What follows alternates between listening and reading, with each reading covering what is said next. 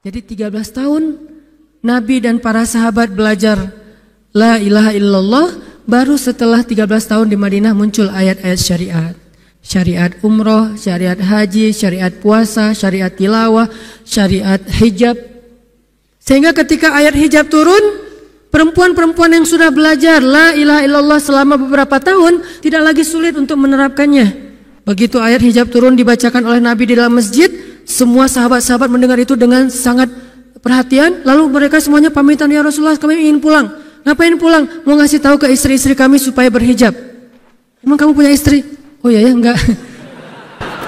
Ada yang jomblo berharap punya istri, terus ngasih tahu ke siapa yang jomblo-jomblo? Itulah kasihannya ya. Enggak bisa ngasih tahu ke kakaknya, adeknya, apalah siapalah, mantannya mungkin. Pulang ngasih tahu ke istri-istri mereka, saudari-saudari mereka, putri-putri mereka, dan perempuan yang mendengar ayat ini dibacakan langsung menutup kepala mereka dengan benda apapun yang ada di tangannya. Mau jemuran, mau baskom, mau apa, pokoknya pegang apa, tutup langsung. Hijab. Kenapa? Ini perintah Allah. Gak mungkin Allah memerintahkan kita sesuatu kecuali ada kebaikan di dalamnya. Itu aja pertimbangannya. La ilaha illallah. Bukan kenapa? Kan lebih nyaman gak pakai hijab. Kan ini, kan itu. Enggak. Satu aja alasannya. Alasan la ilaha illallah. Kalau ini perintah Allah, sami'na wa ata'na. Itu dampak dari la ilaha illallah. Dikasih perintah sesulit apapun, termasuk Zainab dengan Zaid bin Harisah. Pernah kan baca kisah Zainab di surat Al-Ahzab? Mungkin kapan-kapan kita bahas itu. Efek dari la ilaha illallah. Tiba-tiba Nabi datang kepada Zainab. Sebetulnya Zainab ini ada hati kepada Nabi Muhammad. Siapa sih yang gak punya hati untuk Rasulullah ya? Semua cewek juga pasti mengidam-idamkan pengen jadi istri Nabi. Karena otomatis istri Nabi itu adalah dijamin surga. Siapa yang gak pengen jadi istri Nabi? Di surga nanti punya rumah, satu rumah dengan Nabi. Kan keren banget. Kita bisa jadi tetangga Nabi aja di surga udah keren banget. Apalagi serumah dengan Nabi. Semua cewek juga pengen jadi istri Nabi, termasuk Zainab. Dan itu hal yang wajar. Pas Nabi datang ke rumah Zainab, Zainab udah kegeeran. Nabi bilang kepada keluarga Zainab, saya ingin melamar Zainab. Zainab udah bahagia. Untuk Zaid, untuk Zaid, bukan untuk Rasulullah. Zaid? Siapa Zaid? Anak angkatnya Nabi Muhammad SAW, bekas budak. Mirip-mirip dengan Julaibib. Julaibib itu edisi Madinah, Zaid itu edisi Mekah. Ada dua cowok jomblo yang sama-sama pernah diuji dengan masalah jodoh. Zaid edisi Makkiyah, Julaibib edisi Madaniyah. Dua-duanya jomblo. Dua-duanya orang biasa, gak punya daya tarik. Followersnya gak ada, 0. Bukan selebgram sama sekali. Kata Rasulullah, aku melamar Zainab untuk putraku Zaid bin Harithah, anak angkatnya Nabi. Zainab menjawab apa? Ya Rasulullah, saya gak cinta sama Zaid. Jawaban yang sangat wajar kan? Dan jawaban yang paling sering kita dengar sekarang kan? Maaf ya, aku gak ada perasaan, kita jadi adik kakak aja. Itu kan standar ya? Standar banget lah kayak gitu-gitu. Maaf ya, kita jadi temenan aja. Maaf ya, aku gak ada perasaan apa-apa selama ini. Maaf ya, dan segala macam. Dengan bahasa-bahasa halus tapi nolak intinya. Kenapa gak bilang aja, udah gak usah kesini lagi? Kan jelas ya. Ini dengan bahasa, ya Rasulullah, aku tidak cinta kepada Zaid. Karena cinta juga pertimbangan yang penting. Dan Nabi juga tidak mengizinkan kita menikahkan putri kita dengan seseorang yang putri kita tidak berkenan dengannya. Tetap harus ditanya, ya Rasulullah, saya tidak cinta dengan Zaid. Turun ayat. Katakan kepada orang-orang yang beriman, laki-laki dan perempuan, kalau Allah sudah memerintahkan sesuatu, tidak ada kalimat yang keluar dari lisan mereka kecuali sami'na wa ata'na. Nabi bacakan ayat ini kepada Zainab. Zainab mendengar, ya Rasulullah, Allah yang menyuruh ini. Ya kata Rasulullah, sami'na wa ata'na. Kebayang gak tuh? Efek dari apa? La ilaha illallah.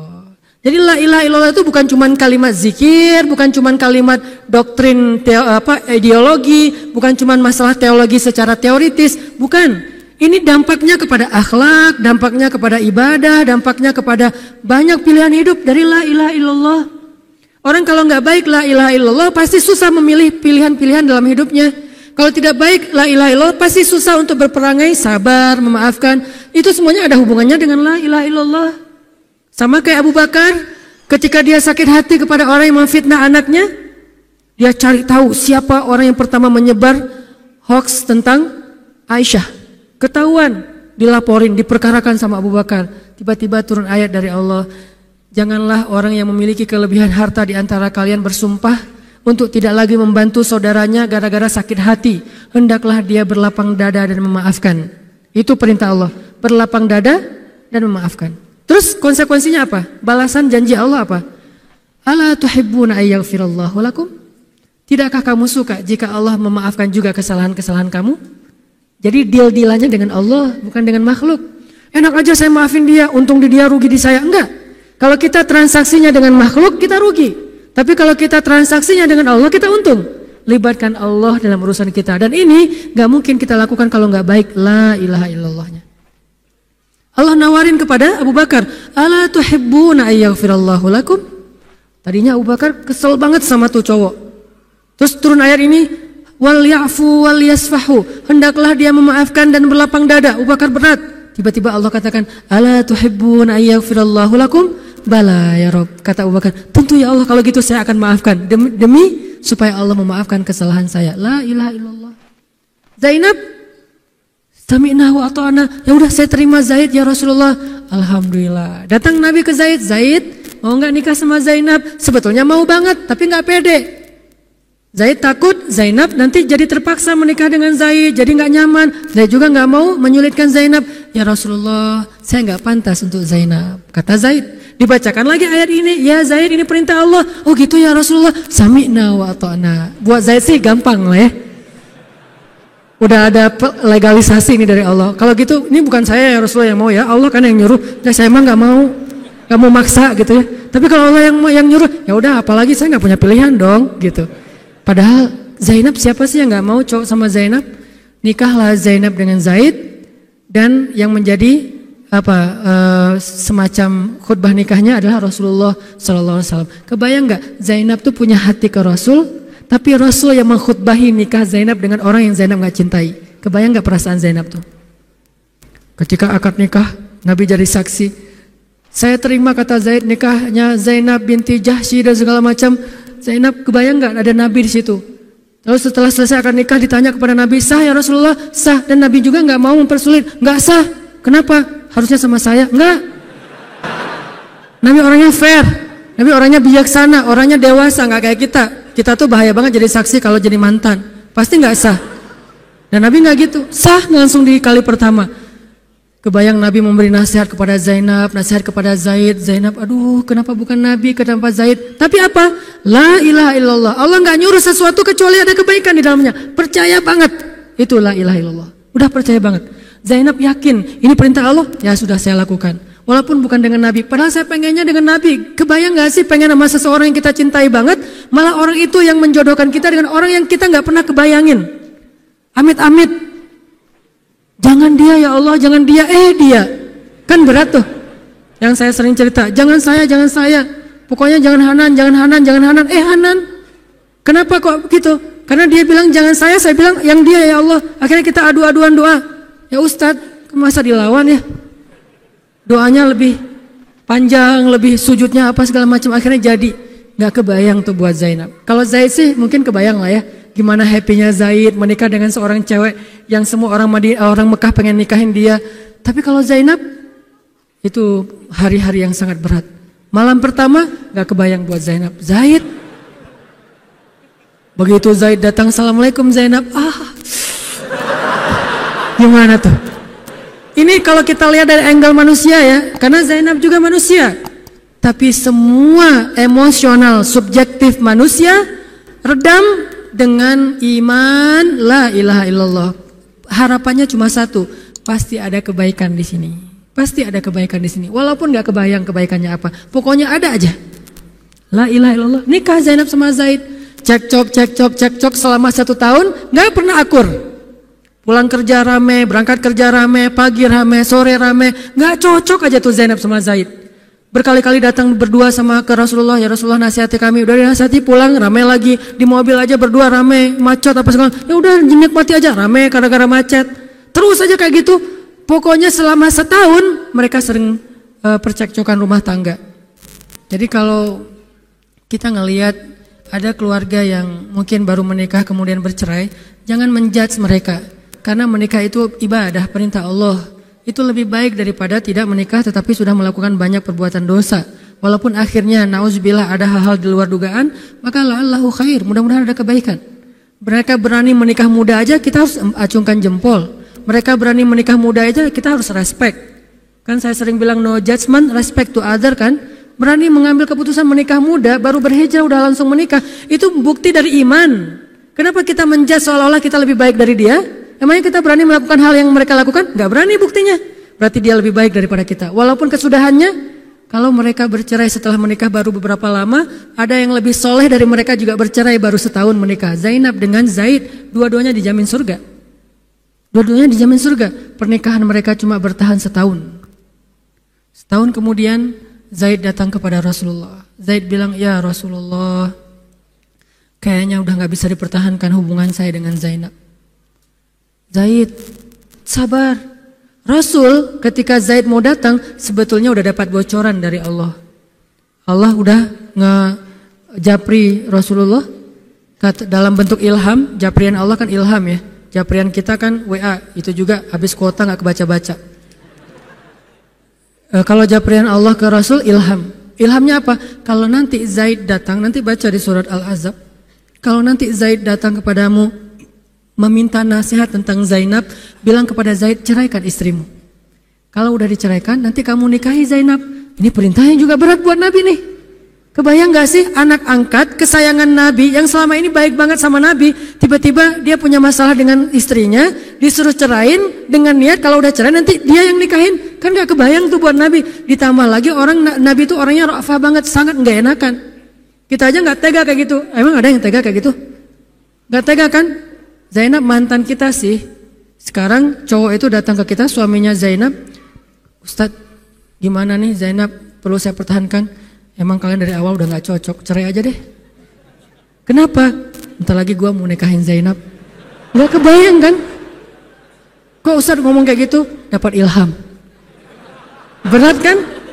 Nabi itu kayak gitu loh, kondisi emosional beliau yang zulzilu, terguncang. Gimana nih caranya? Saya nggak enak banget, nggak tega banget sama Zaid. Kebayang wajah Zaid polos gitu. Ya Rasul gimana nih? Aduh, mau dibilangin ceraikan aja nggak tega. Mau dibilang pertahan, tapi Nabi bilang suruh cerai, Allah suruh ceraikan. Akhirnya Nabi memilih emosionalnya, bukan perintah Allah. Wahai Zaid, tahan istrimu, jangan ceraikan. Padahal kata Allah suruh ceraikan. Lihat beratnya Nabi waktu itu. Akhirnya Zaid pulang, gitu ya Rasul. Ya pulanglah Zaid, Nabi gak enak banget sama Allah. Terus akhirnya Zaid sampai ke rumah, namanya Allah yang nyuruh kan gak bisa dirubah ya. Kun fayakun, cerai juga tuh walaupun Nabi bilang sudah bertahan. Allah marah kepada Nabi. Kata Allah, kamu merasa gak enak kepada manusia, tapi kamu merasa enak kepada saya? Diadu oleh Allah tuh coba, emosional. Nabi langsung sujud, ya Allah ampuni saya benar-benar, saya tahu saya gak enak sama Allah, tapi juga saya gak tega sama Zaid. Kebayang gak sih ya Allah wajah Zaid yang polos kayak gitu, disuruh cerain terus saya nikahin istrinya. Gimana perasaan Zaid? Wahai Muhammad, kamu merasa gak enak kepada manusia tapi enak kepada saya Muhammad. Astagfirullah ya Allah, minta ampun Nabi semalaman. Ini benar-benar gak kebayang sama Nabi. Tapi Allah pengertian lah, tahu Allah Nabi itu bukan mau gak taat sama Allah, cuma emang gak tega banget sama Zaid. Akhirnya Allah ngambil keputusan sendiri, Zaid cerai dengan Zainab. Setelah selesai masa iddah Zainab, Allah katakan, Muhammad sekarang datang kepada Zainab, lamar Zainab. Dengan berat hati Nabi, tok pelan gitu, berharap gak dibukain pintu. Langsung udah ditunggu ternyata sama Zainab. Eng gitu, bukain pintu. Pas Nabi datang, Assalamualaikum, Waalaikumsalam gitu. Zainab udah punya firasat. Nabi mengatakan, Zainab, ada perintah dari Allah. Apa ya Rasulullah? Sami'na wa ata'na. Belum juga dikasih tahu. Sami'na. Allah menyuruh saya untuk melamar kamu Zainab. Untuk siapa ya Rasulullah? Curiga kan? Jangan-jangan orang lain lagi nih. Untuk siapa ya Rasulullah? Untuk saya. Masya Allah gitu. Cuman Zainab kan gengsi gitu lah. Masa cewek harus teriak-teriak gitu kan ya? Oh gitu. Padahal masuk ke dalam kamar. Wah gitu ya. Gigit jari apa, gaya-gaya cewek lah ya. Oh gitu, ntar ya saya pikir-pikir dulu. Saya istiqoroh dulu. Nabi diistiqorohin. Udah diterima, sami'na wa ata'na. Dan inilah khair, kebaikan yang diharapkan oleh Zainab. walaupun gak pernah terbayang, gak mungkin dong Zainab berpikir akan cerai setelah setahun kan? Tapi dia hanya yakin Allah itu gak mungkin nyuruh sesuatu yang gak ada kebaikannya buat kita, gak mungkin, mustahil, karena Allah gak pernah zalim kepada hambanya. Kenapa Allah kok muter-muter dulu kayak gitu? Allah pengen lihat Zainab itu menikahi Muhammad karena Allah atau karena dirinya sendiri. Kalau karena Allah, coba yang selain Muhammad berani gak? Ternyata berani. Karena itu dia menjadi layak untuk Muhammad. Kalau dia gak menerima Zaid, mungkin Zainab tidak akan pernah jadi istri Nabi karena tidak layak. La'allahu khair. Ini buah dari la ilaha illallah. Begitu juga dengan Zaid, akhirnya menikah lagi dengan perempuan yang cocok untuk dia, yang berkhidmat kepada dia, yang membahagiakan hatinya, yang menjadi qurratu ainin li, menjadi penyejuk hati bagi Zaid. Dari pernikahan itu kemudian Allah anugerahkan untuk Zaid kebaikan yang luar biasa. Apa kebaikannya? Allah berikan untuk Zaid seorang putra yang paling keren. Namanya Usamah. Nama Usamah itu bukan hanya bin Laden ya. Usamah itu nama sahabat. Usamah bin Zaid. Itu adalah komandan militer termuda dalam sejarah Islam. 14 tahun sudah memimpin pasukan perang yang isinya para sahabat senior. 14 tahun. Kelas 3 SMP. Baru mau ujian nasional disuruh perang. Coba, kebayang anak kelas 3 SMP yang masih galau-galau, yang masih culun-culun, yang mungkin badannya belum kebentuk, yang jerawatan misalnya kayak gitu, tiba-tiba memimpin pasukan militer yang jumlahnya ribuan, yang barisan pertamanya kibarus sahabah, sahabat-sahabat senior, as-sabiqun al-awwalun minal muhajirin wal ansor. Termasuk siapa di dalamnya? Abu Bakar dan Umar. Kebayang gak tuh? Memimpin pasukan yang di belakangnya itu Abu Bakar dan Umar. Maju, Abu Bakar dan Umar. Maju. Usamah. Kebayang Usamah yang nyuruh. Abu Bakar. Segaya. Umar maju. Zaid, anaknya Zaid. Tapi tidak ada yang bisa membantah. Kenapa? Itu wasiat Nabi sebelum wafat. Aku perintahkan kalian untuk dipimpin oleh Usamah bin Zaid karena dia adalah anak muda yang luar biasa. Itu hadiah Allah untuk Zaid karena dulu mau menikahi Zainab walaupun hatinya sebetulnya tidak mau. La'allahu khair, la ilaha illallah. Masing-masing dikasih kebaikan dengan cara-cara yang berbeda.